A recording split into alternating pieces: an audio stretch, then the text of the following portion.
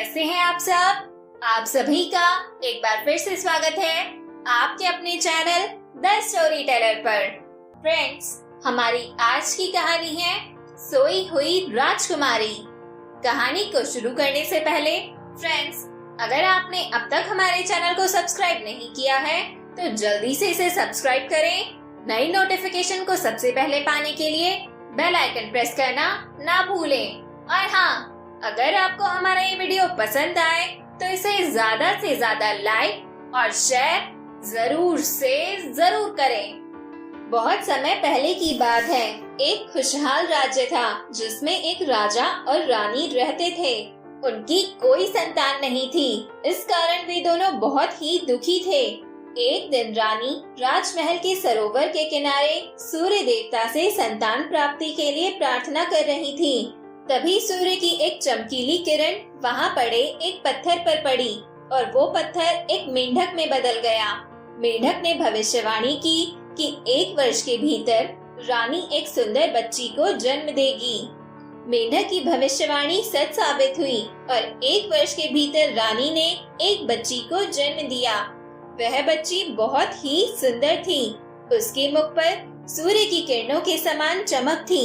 राजा रानी छोटी सी राजकुमारी को देखकर खुशी से झूम उठे। उन्होंने उसका नाम रोजामान रखा। रोजामान के जन्म की खुशी में राजमहल में एक बड़े भोज का आयोजन किया गया, जिसमें राज्य की संपूर्ण प्रजा आमंत्रित थी।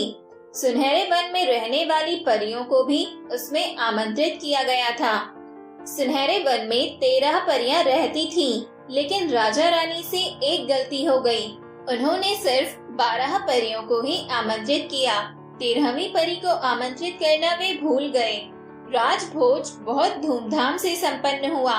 उपस्थित लोगों ने रोजामान को ढेरों उपहार और आशीर्वाद दिए। जब परियों की बारी आई तो उन्होंने जादू से न सिर्फ रोजामान को अनमोल उपहार दिए, बल्कि कई जादुई आशीर्वाद भी दिए। किसी ने बुद्धिमत्ता का, किसी ने सुंदरता का, किसी ने दयालुता का, तो किसी ने धन का आशीर्वाद दिया। यह सिलसिला 11वीं परी तक चलता रहा। अंत में जब 12वीं परी की बारी आई तो उसके आशीर्वाद देने के पहले ही 13वीं परी वहां आ गई। 13वीं परी राजा रानी द्वारा उसे राजभोज में आमंत्रित न किए जाने के कारण बहुत क्रोधित थी। अपने इस अपमान का बदला लेने के लिए उसने रोजामान को ये श्राप दे दिया। 16वें जन्मदिन पर रोजामान की उंगली में एक सुई चुभेगी और वो मर जाएगी। इसके बाद बिना एक शब्द कहे वो वहाँ से चली गई। 13वीं परी के इस श्राप को सुनकर राजा रानी दुखी हो गए। दोनों ने परियों से इसे समाप्त करने का निवेदन किया, लेकिन परियों ने उन्हें बताया कि दिया गया श्राप पूर्णतः समाप्त नहीं किया जा सकता। ये सुनकर वे और ज्यादा दुखी हो गए। तब 12वीं परी सामने आई। उसका आशीर्वाद अभी शेष था। उसने राजा से कहा, ये सत्य है कि 13वीं परी के श्राप को मैं समाप्त नहीं कर सकती, लेकिन अपने आशीर्वाद से उसे कम अवश्य कर सकती हूँ। उसने रोजामान को आशीर्वाद दिया कि 16वें जन्मदिन पर वह सुई चुभने से मरेगी नहीं, बल्कि 100 वर्षों के लिए एक गहरी नींद में सो जाएगी। राजा ने 12वीं परी को धन्यवाद दिया, लेकिन रानी अभी भी उदास थी।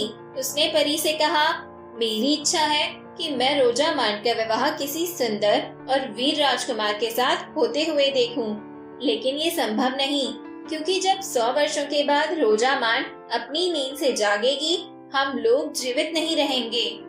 रानी की बात सुनकर 12वीं परी ने कहा, रोजामान के सोने के कुछ देर बाद राजा रानी सहित राज्य की सारी प्रजा और पशु पक्षी भी सो जाएंगे।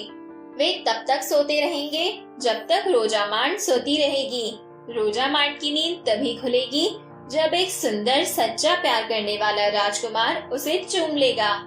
इसके बाद सभी परियां वहां से चली गईं। 12वीं परी के आशीर्वाद से राजा रानी को कुछ राहत अवश्य मिली, लेकिन अभी वे रोजामान के भविष्य को लेकर चिंतित थे। उन्होंने सैनिकों से कहकर राज्य के सारे चरखे और सुइयां नष्ट करवा दिए, ताकि रोजामान उस दुष्ट परी के श्राप के प्रभाव से बच सके। धीरे धीरे समय बीतने लगा और रोजामान बड़ी होने लगी। वह सुंदर, दयालु और बुद्धिमान थी, ठीक वैसे ही जैसे परियों ने आशीर्वाद दिया था। राज्य के सभी लोग उसे बहुत पसंद करते थे।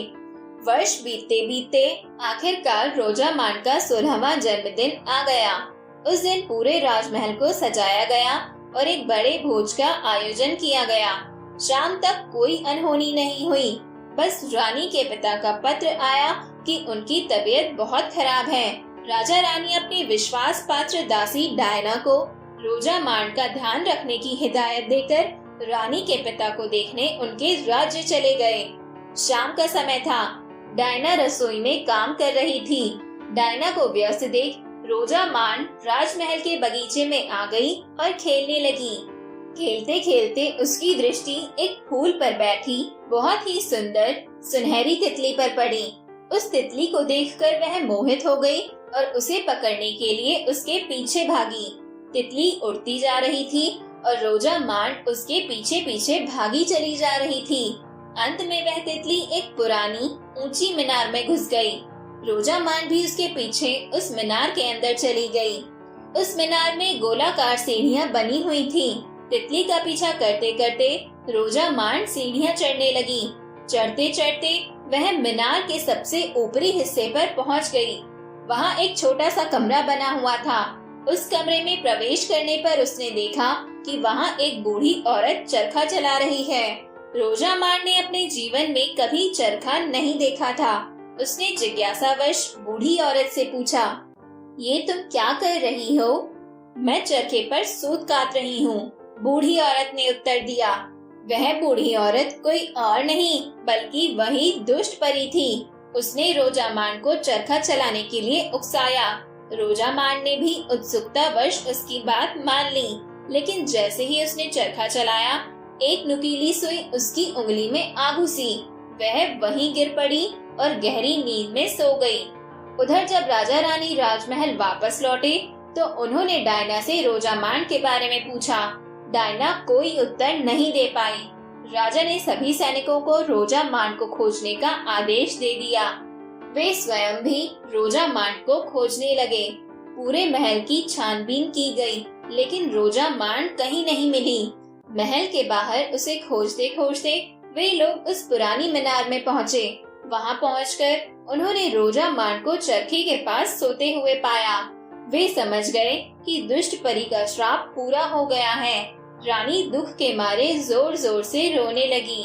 राजा ने रानी को समझाया, कुछ देर में हम सब भी सो जाएंगे, इसलिए अभी रोजा मान को महल लेकर चलते हैं और इसे उस दिन के लिए तैयार करते हैं जब कोई सुंदर राजकुमार इसे नींद से जगाने के लिए आएगा। रोजा मान को राजमहल में ले जाया गया। वहाँ उसे तैयार करके एक खूबसूरत बिस्तर पर लिटा दिया गया। वह सोती हुई भी बहुत सुंदर लग रही थी। कुछ देर बाद राजा रानी, दरबारी, सैनिक, राज्य की संपूर्ण प्रजा और पशु पक्षी जहाँ थे वहीं सो गए। उनके सोने के कुछ समय बाद घनघोर काले बादल राज्य के ऊपर छा गए और पूरा राज्य अंधेरे में डूब गया। राज्य के चारों ओर घनी कटीली जंगली झाड़ियां उगाई और वह राज्य उन झाड़ियों के पीछे छिप गया। समय बीतता चला गया और कटीली झाड़ियों के पीछे छुपा राज्य अतीत का हिस्सा बन गया। लेकिन उस सोए हुए राज्य और सुंदर राजकुमारी रोजा मान की कहानियां दूर दूर के प्रदेशों में प्रसिद्ध थीं। कई राजकुमार रोजा मान को पाने की आशा में उस सोए हुए राज्य को ढूंढने जाते, लेकिन उन कटीली मजबूत झाड़ियों को पार करने में सफल नहीं हो पाते। अपने इसी प्रयास में कई राजकुमार कटीली झाड़ियों में फंसकर मर गए। धीरे धीरे राजकुमारों ने मौत के डर से वहां जाना छोड़ दिया। कुछ वर्षों बाद एक दिन इवान नाम के राजकुमार ने जब सोती हुई राजकुमारी की कहानी सुनी तो वह मन ही मन उससे प्रेम कर बैठा। उसने उस राज्य का पता लगाने का निश्चय किया। वह रोजा मान को नींद से जगाना चाहता था और उस राज्य की खुशहाली फिर से वापस लाना चाहता था।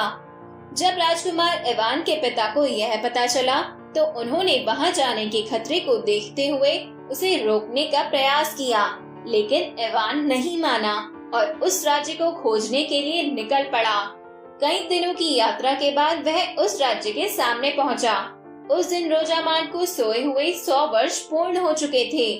राजकुमार ने राज्य के चारों ओर कटीली झाड़ियों का जाल देखा, लेकिन वह बहादुर था। उसने तलवार से सारी झाड़ियां काट दी और राज्य में घुसने का रास्ता बना लिया। वह राज्य के अंदर पहुंचा। वहां उसने देखा कि जो जहां है वहीं सोया पड़ा हुआ है।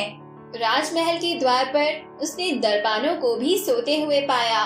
महल के अंदर राज दरबार में पहुंचने पर उसने राजा रानी और दरबारियों को भी सोते हुए पाया। वह महल में घूमता रहा और अंत में उस कमरे में पहुंचा जहां रोजामान सोई हुई थी। जब राजकुमार इवान ने रोजामान को देखा तो बस देखता ही रह गया।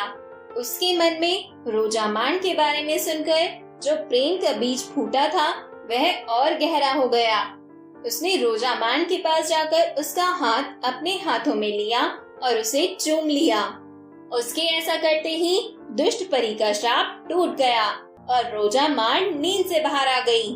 उसने अपनी आंखें खोली तो एक सुंदर राजकुमार को अपने सामने पाया। वह समझ गई कि ये वही सच्चा प्रेम करने वाला राजकुमार है। राजकुमार इवान ने रोजामान के समक्ष विवाह का प्रस्ताव रखा, जिसे उसने सहर्ष स्वीकार कर लिया। दोनों कमरे से बाहर निकलकर राज दरबार पहुँचे। वहाँ उन्होंने देखा कि राजा रानी और सभी दरबारी नींद से जाग चुके थे। उन्होंने रोजामान और राजकुमार इवान का स्वागत किया। राजा रानी बहुत प्रसन्न थे।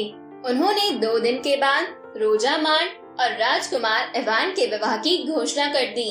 दूसरे दिन रानी और रोजामान महल के सरोवर के किनारे सूर्य देवता को धन्यवाद दे रहे थे।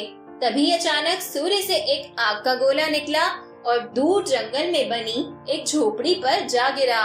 उसमें दुष्ट परी रहती थी। झोपड़ी के साथ वह दुष्ट परी भी उसमें जलकर मर गई। फिर उस आग में से एक सुनहरी तितली निकली और वह रानी और रोजामान के पास पहुंची। वहां वह सरोवर किनारे रखे एक पत्थर पर बैठ गई और वो पत्थर एक मेंढक में बदल गया। रानी ने जब मेंढक को देखा तो उसे तुरंत पहचान लिया। ये वही मेंढक था जिसने रोजामान के जन्म की भविष्यवाणी की थी। उस मेंढक ने रोजामान को हमेशा खुश रहने का आशीर्वाद दिया और गायब हो गया। 2 दिनों बाद रोजामान और राजकुमार इवान का विवाह हो गया और वे खुशी खुशी रहने लगे। तो दोस्तों, इस तरह हमारी ये सुंदर कहानी भी यहीं पर खत्म होती है और इस कहानी से हमें यह शिक्षा मिलती है कि यदि हम में भी अपने लक्ष्य की प्राप्ति के लिए राजकुमार इवान की तरह दृढ़ संकल्प और हिम्मत हो तो हम भी मुश्किल से मुश्किल लक्ष्य को प्राप्त करने में सफल हो सकते हैं। और अब बारी है आपके जीवन की सलाद के लिए मेरी सलाह के जरा से चाट मसाले की। जिंदगी को खुश रहकर जियो, क्योंकि रोज शाम सिर्फ सूरज ही नहीं ढलता, आपकी अनमोल जिंदगी भी ढलती है। तो दोस्तों, मेरी इस महत्वपूर्ण सलाह को हमेशा ध्यान में रखिएगा और मेरे साथ मिलकर एंजॉय करते रहिएगा मेरी इंटरेस्टिंग ऑडियो टेल्स। हम सब फिर मिलेंगे नेक्स्ट वीडियो में एक नई कहानी के साथ। Till then, keep listening and don't forget to like, comment, share and subscribe. Thank you.